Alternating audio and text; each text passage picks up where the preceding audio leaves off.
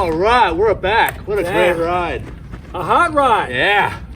Whew. It ends at 102 degrees. 102 degrees. And you know what? I'm pretty cool. Me too. Feeling great. Guess we better get inside and head to the cantina and talk about this. Have a nice ice cold drink and figure out what's what. Yeah, baby. We'll see you there. See you in the cantina.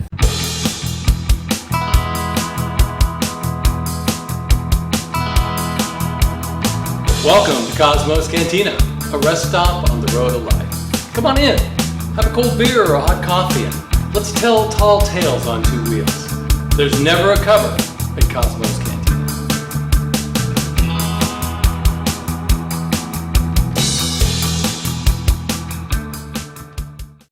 Hey, welcome to another episode of Cosmos Cantina. And today I'm with Mike Whitlatch. He owns Sedona Eagle Rider. And we're going to talk about cooling vests.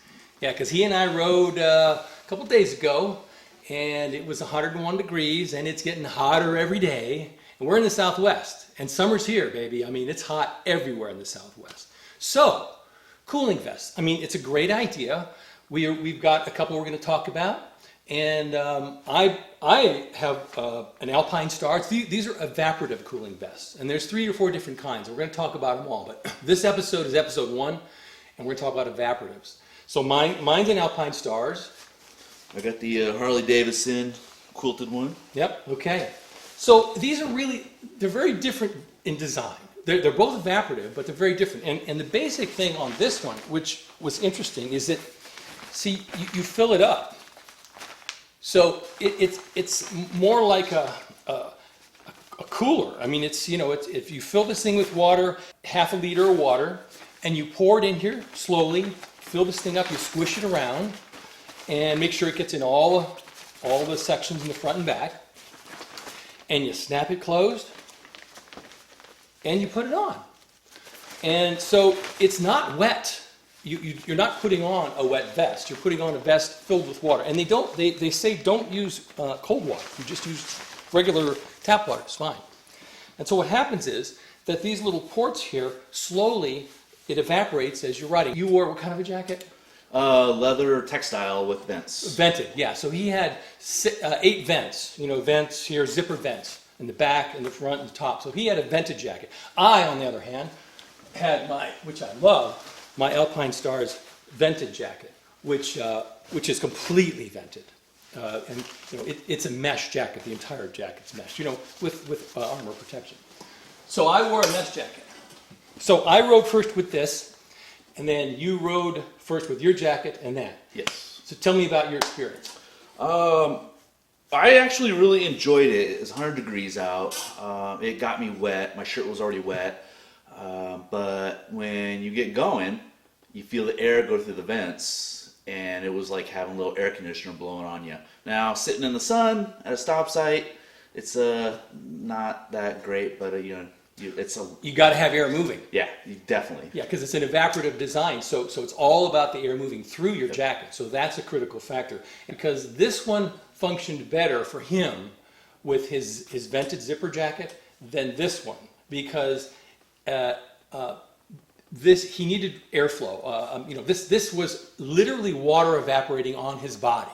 This one is not. So what you have here is as the air is moving through, it slowly evaporates.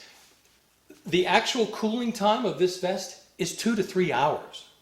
So it's working. I mean, it's evaporating and cooling you off for 2 or 3 hours, and then you gotta recharge it. Yeah.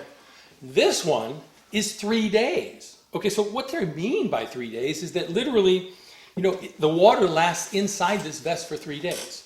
So what I found was on this one, because I've used both of these. This is actually mine that I use all the time.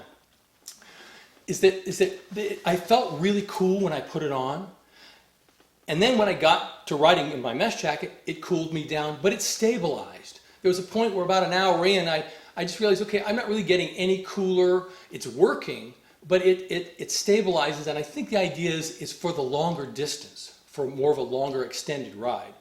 Now, when I used this vest, I mean, it was immediate cooling, and with a mesh jacket, it was aggressive cooling, because I mean, it just really, all that wind was blowing right through me. I could feel it going up the back of my neck.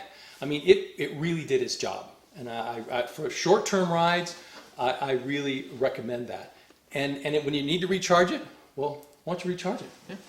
Basically, all you do is you take it and you drop it in water, and you put it in there for 2 minutes, and just let her sit and soak. You take her out, and you squeeze it, and you put it on. It has crystals or beads inside of it, and those saturate with water, and so they'll hold the water for an extended period of time and dry out. And basically, when you're going to use the vest, you need to stop anywhere, and you squeeze it out, as he's doing now.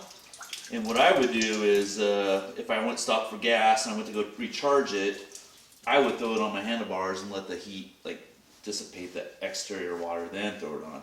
Because right now I'm gonna get massively Here, wet. let me try that out. So here it is, recharged. Okay. Now look at this. Oh yeah. Oh, it feels good. It's hot in here. Oh, look at that thing. Okay. So it's a wet vest. I mean, it's getting me wet everywhere. But you know what? That's what it's supposed to do. That's how it works.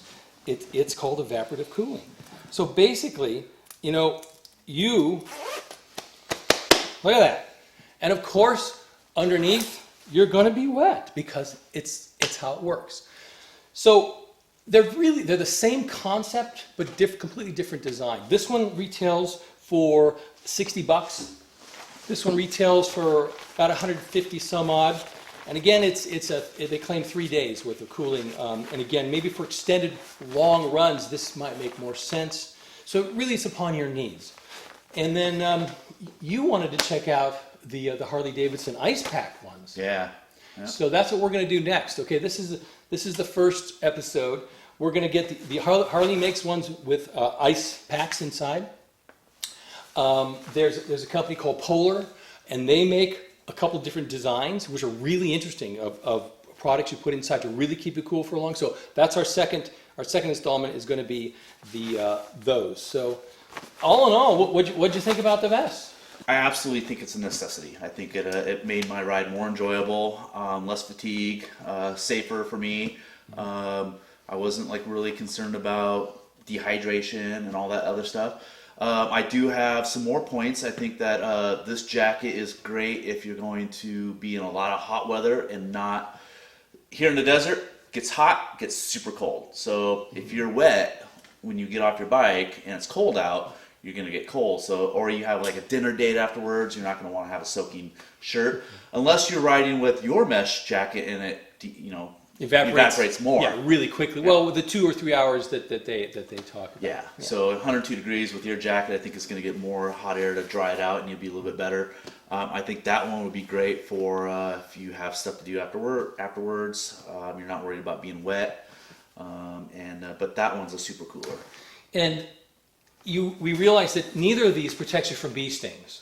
Absolutely, they do not. They have been tested and proved to not protect you from a bee sting. Yes, because that bee, I think the bee was after the cooling in his neck. The bee was like, "Oh, this is nice in here." Yeah, all cuddled up to me and was like, "Yep, left me a present."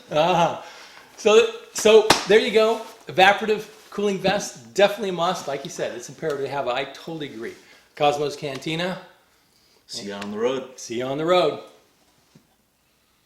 Special thanks to our sponsors, Quick Throttle Magazine, the largest Western regional free print and online motorcycle magazine for V-twin enthusiasts for over 15 years, quickthrottle.com, and BikerNet, proudly covering the custom motorcycle industry and culture online for 25 years at bikernet.com.